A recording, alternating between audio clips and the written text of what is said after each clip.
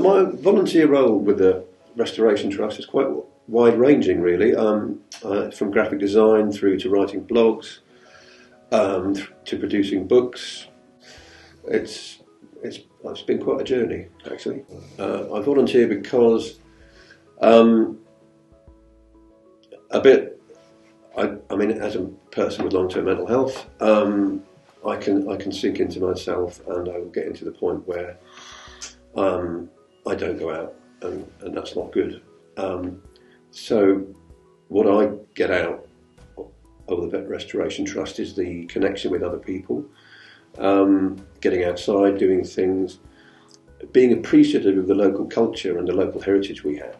Well, the volunteer job at the Restoration Trust sort of grew organically, really. I often used to talk to Laura Drysdale, who's the CEO, about my interests. I mean, Laura likes her music as well and things, and she said, well, why didn't you do... The first thing I did, actually, was a newsletter for them.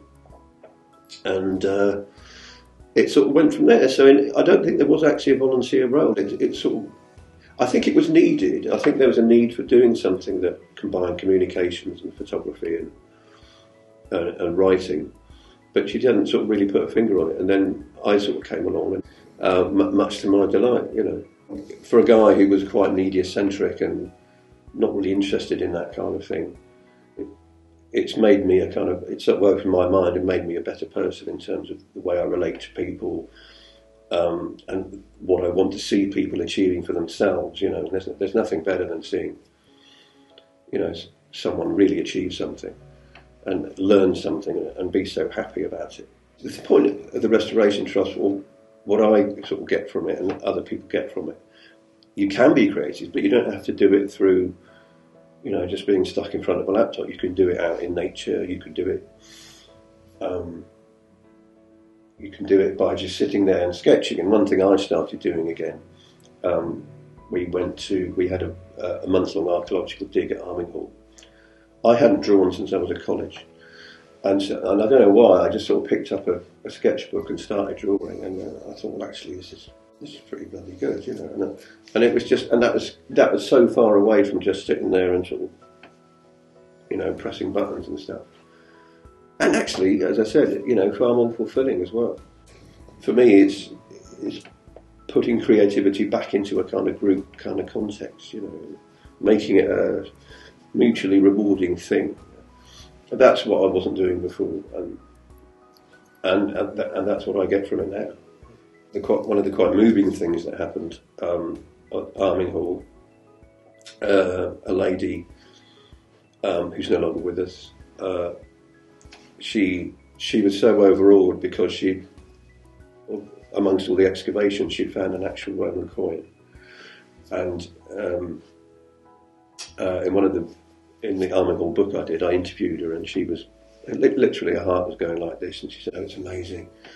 You know, this is something off my bucket list. You know, it's something I've always wanted to find, a Roman coin, a genuine Roman coin." I mean, that was profoundly moving, because you know that she'd had the moment she'd always wanted, and she'd shared it with everyone, and made her life better, I think. The main bit of advice I would have for future volunteers is do it, because you will get something out of it. You know, I mean, just throw yourself into it and go with it. I would recommend wholeheartedly being a volunteer to friends, family, anyone, because I think it you know, if I can put it in a nutshell, it makes you a better person. You know, and I certainly recognise that in myself. And but what is good about it is it's like, you know, and it's a cliche probably, but you get this kind of sense of a kind of family community, you know.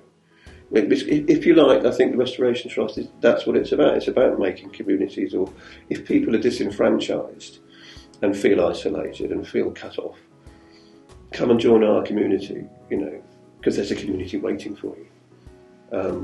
And within that community, you'll have all those sorts of emotions going on and all those sorts of kind of experiences, you know.